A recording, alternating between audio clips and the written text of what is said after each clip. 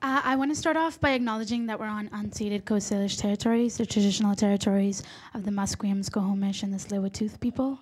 I think it's important that we're not just acknowledging the lands, but we're also bringing it into the work that we do and acknowledging the forms of oppression that happen on the territories that we're on and that we're a part of, right, by living here, and especially when we're talking about conversations around racism and oppression, that we're bringing it in into the work that we're doing.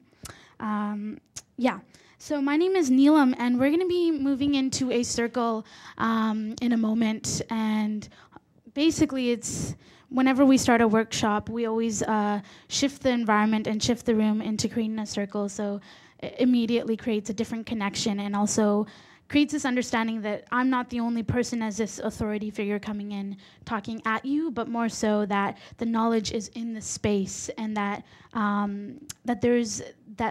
that knowledge is going to be shared and created and cultivated in this kind of mutual way and shifts hierarchies in a different way. So that's what we're going to do right now. Let's shift it into a circle. One thing we like to do quite often is just start off with rhythm. Because, well, so many layers of what music does for us as a group. I'm a big fan of the music. So everybody try this. Go stomp, clap. Excellent, excellent. Now we're going to keep on adding to that. So it's going to go stomp, clap, stomp, stomp, clap. Let's try that all together. 1, 2, 3, 4.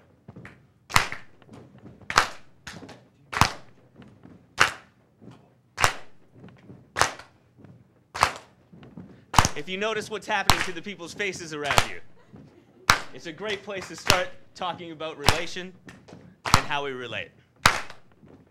So we got snapshots, right? Because we only got 25 minutes. Yeah, I just want to give a little bit of context. We're trying to pack a lot into 25 minutes, but what we're going to do today is mostly stuff that evolved out of a project called Youth Made. I'm with an organization called the Access to Media Education Society. The basic mandate of the society is to provide media production training to young people who were either misrepresented in the media or invisibilized in the media. So it's using media to heal often wounds of cultural stereotyping. And that was sort of the original mandate of the organization. And the project Youth Made happened in 2009. And in trying to look at both rural and urban dimensions of racism, we had a combination of young people from Port Alberni and Vancouver gather together for 10 days to break bread together and to become fully immersed in the process of making videos and reflect on their own personal experiences of racism, thank you, of racism and discrimination, and to drop in deeply into digital storytelling and collaborative work. And Rup was one of our amazing facilitators, and Neelam was one of the participants, and doing a lot of rhythm work and trying to have all this work touch all aspects of ourselves, our cognitive being, our spirit, our heart. And then after 6 videos were made, and then the next year we had 10 young people come and get comprehensive facilitation training to use the videos that they created as a catalyst for courageous conversations within classrooms. So we had a retreat where we kind of learned all the things about what it's like to, continue facilitating when you're being triggered and various other things. So quite a host of different sort of expand people's toolkits around how to do this work and building the capacity of young people to be the deliverers of their message and the shapers to be agents of change and at front and center in the classroom. Since, I guess, so Neelam was one of the facilitators as well as one of the media producers, and since 2011, 3,000 students have been reached through these youth facilitated workshops and teachers as well. There's a lot of professional development they've been doing, so teaching teachers how to do this work in their classrooms.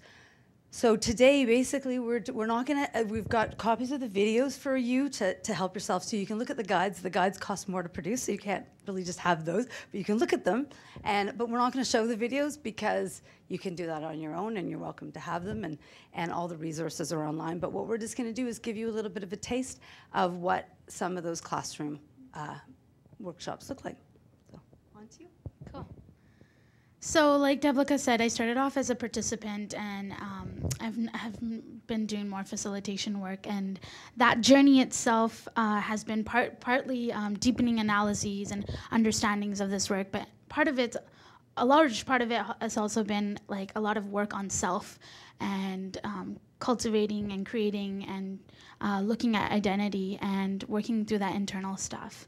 And I think that really plays into peer facilitation and the value of some of the work that we do in terms of going into classrooms and having this relatability, right? Like I haven't figured out a lot of these issues. I'm not an expert. And so I'm coming in with this sense of relatability that, yeah, like, I mean, maybe I can phase it, like say it in a moment when I was facilitating with a friend whose name is Raven, and they said to a few of the students that we know that you know the right answers. We know that you know the most compassionate, empathetic answers, and we want you to speak from a place of truth. And the environment just shifted, and for me that was a moment of recognizing that that we're so trained to give the right answers, that we're so trained to give the most compassionate answers. And I feel like that, yeah, this is a place that we want to get to, like this compassionate and just place, but that we have to work through some of this and problematize some of the things that we say, some of the prejudice that we walk with, right? And so we need that to get to this. And so I think that's what peer facilitation kind of does, is that you're coming into a space and creating an honest, authentic space rather than a different space. And so we're gonna try it out today and do a little model and yeah, maybe I won't give it away too much, but so we're gonna do an activity, and in a moment I'm gonna ask everyone to find a space in the room where you're not really touching anyone, but just like, you have your space, and maybe let's take it from there first. Let's do that first.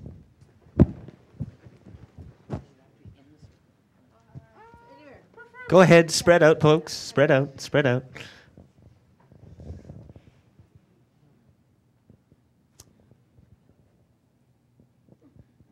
Okay. So, in a moment, I'm going to ask everyone to close your eyes. And I'm going to go around and tap people. If I tap you once, you can open your eyes. And if I tap you twice, you can move around freely. Otherwise, you stay as is. So I'm just going to welcome everyone to close your eyes.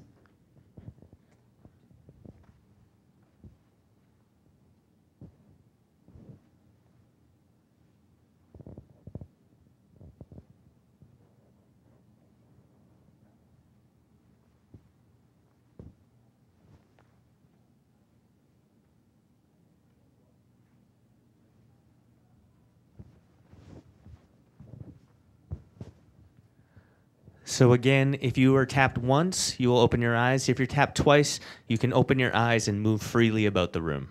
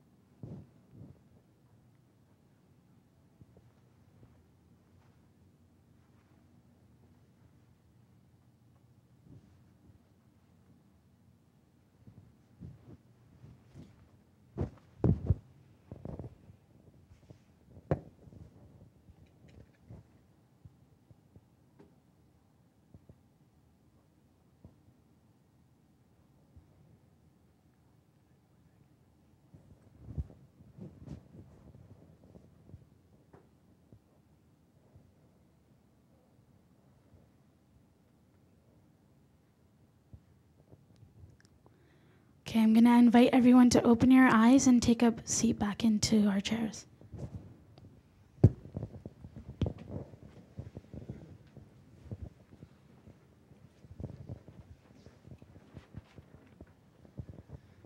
Okay, so for those of you that had your eyes closed and weren't moving, can you put your hand up? Okay, so I'm gonna ask a couple of you, how did that feel? Like, how did that feel being in that space like that? You felt anxious? Okay. Yeah. Missing out, the feeling of missing out. Yeah. Anyone else? Feeling lost? Okay. Yeah. So you're really engaged into what was happening around you? Yeah, and I wasn't sure like when it was going to end. Yeah. Yeah. So scared.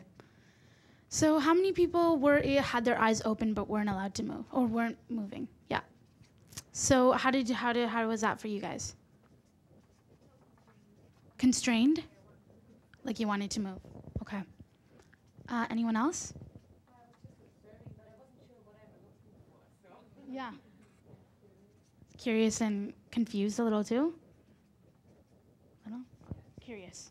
Yeah. I felt caught between two worlds. I had my eyes closed for quite a bit. Yeah. Became comfortable there. And then I opened my eyes and realized that there was another level. So I'm not moving and not had my eyes closed. I was caught between these two worlds of awareness. Yeah. Caught between two worlds. Did you catch that? Yep. Cool. And how many folks were able to moved around freely? Okay. So a couple of you. Does anyone want to share how that was? You felt privileged?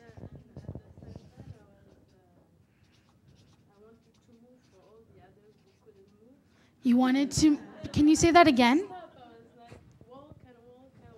Yeah. Cool. Anyone else?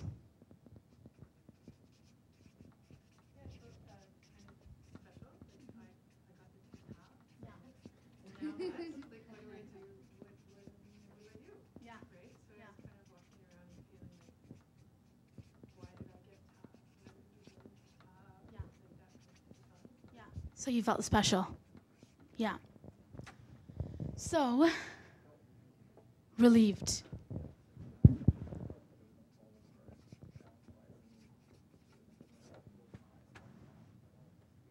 You felt relieved, yeah. Free. So how do you think this activity relates to the world? Any thoughts? Yeah. We're all born into a certain set of circumstances, and they often have a lot to do with our experience as we go forward in the world, whether we have a little bit more privilege, whether we have some actual things that are really keeping us, back, and we have to really rise up over, get some support with. Mm-hmm. Yeah. And you had your hand up? Very similar. I was going to say it really spoke to ranks Mm-hmm. for me. Yeah. Same environment, Mhm. different opportunities. Mm-hmm. Yeah. Yeah. Yeah. Yeah. Yeah. It spoke to me about choice as well, like where I put my mind in terms of where I saw like I could either feel anxious in the spot where I was, or choose to do something different with that. So Mhm. it spoke to me as well about where I put my mind, Mm-hmm. where I choose to focus in that position. Mm-hmm. Yeah, we'll take one more. So I think even just the idea of mobility, Mm-hmm. like who can freely move and who can see but can't move. Yeah. Right? And then some people don't see any choices. And people mention choices as well. Yeah. I found too it was both sort of restriction as well as opportunity. Yeah. These are really in-depth answers, and I really loved how that we were able to draw parallels to real life, right? And whether that be with isms around classism or racism or sexism, that we can draw parallels to that with this as well too. And that's kind of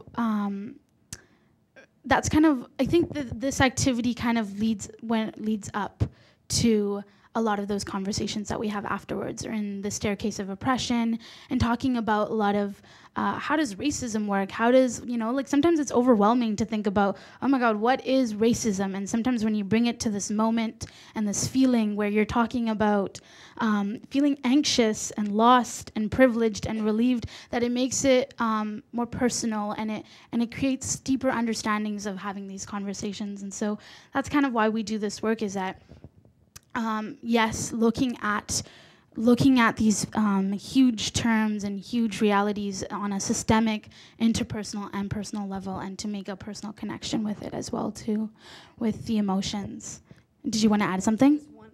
Just what's amazing about it too is that in 10 minutes, very abstract concepts like power and privilege, suddenly there's a body-based place to draw from before we go into that more cognitive space.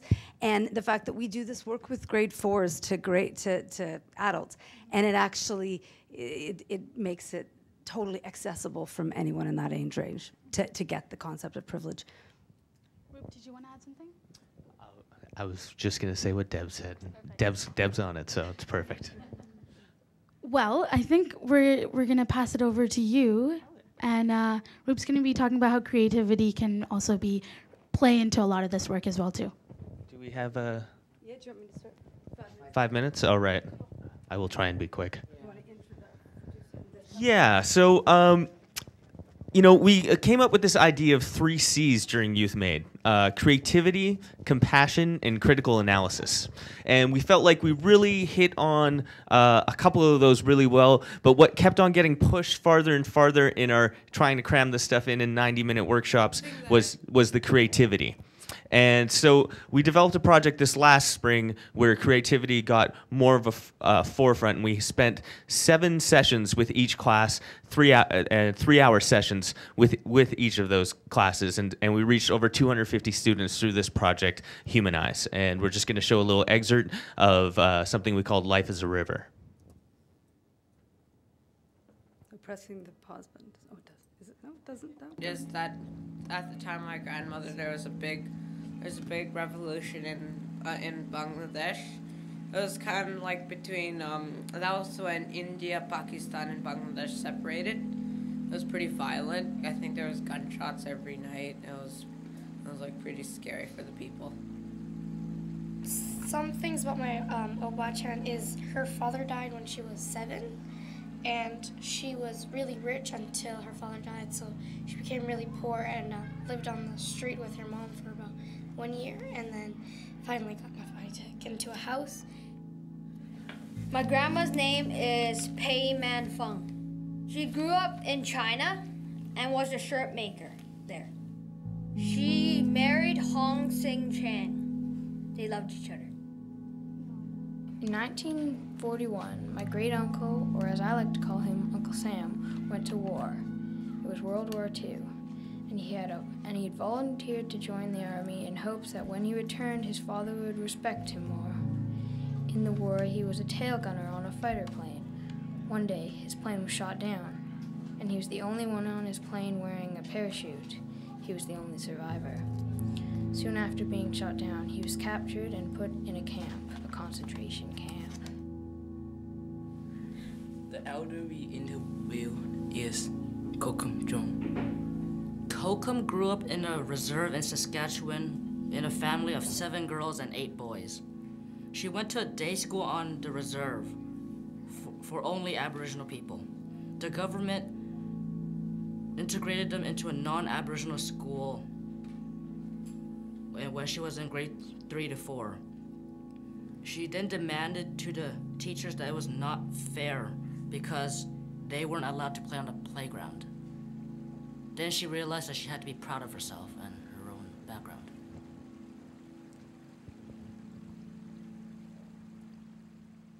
So as part of this project, we really wanted to look at not only, you know, taking apart the systems around us, but what builds us from the inside.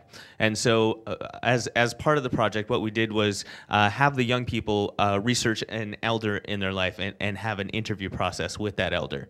And because one of the things that I know from personal experience that helped me with forming my identity and being a like second generation Canadian, and these are much more interesting to look at than I am, so I'm just going to keep on talking while they roll.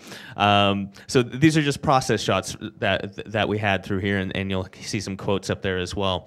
And like I was saying, for me as a second generation Canadian, I felt like for a lot of my youth, I wandered around without my roots tied down anywhere. And I had the privilege of traveling back to India and meeting my grandmother. And the experience where like my roots were finally planted. And it gave me more of a sense of who I was, where my identity and where my peoples come from. And so we really wanted to integrate all of that into, because we're mostly working with a large portion of marginalized communities as well, just like really making sure we're doing strong identity work while naming all these systems of oppression that are existing around us. And one of the key things to this for me was that we would use creativity. And I would just encourage folks to like bring in metaphor and bring in creativity because of the different levels that it starts to unlock. It not only unlocks our head, but unlocks our hearts and unlocks our spirits. And that is just one of the key things that I've always found in my work, is that creativity is just poignant and central to that. And I just want to big up our other two presenters as well for having creative pieces inside of looking at these really deep issues in their communities, and really inspired to hear your stories as well. And Deb, I'm going to pass it over to you to wrap it up. Yeah, basically just to reiterate, I mean, this with Humanize, this project, yeah, we brought in the dimension of storytelling. And I have to say that having done this work, explicitly doing anti-oppression work in schools since 2002, it's probably, students dropped into it more with this program between YouthMade and Humanize than they ever have in any other work we did, because we really helped till the soil and have it be supple, that it came from storytelling. It came from a heart place, from creativity, storytelling, and then the analysis was just another layer. So, and I mean, we had 250 students participate in the Humanize project, which was about, they did quite a range of different artistic activities. We got responses from 230 high school students, or not high school students, they were actually grade 3s to 6s. And 79% of them said that they felt that more connected to their classmates. You know, it really was, you know, you aspire to build empathy, but, you know, when you set out to build empathy, sometimes it feels like a should and not a, you know, and it just really happened in a very genuine process. And I think it was 95% of them felt that they felt much more confident creatively collaborating with others.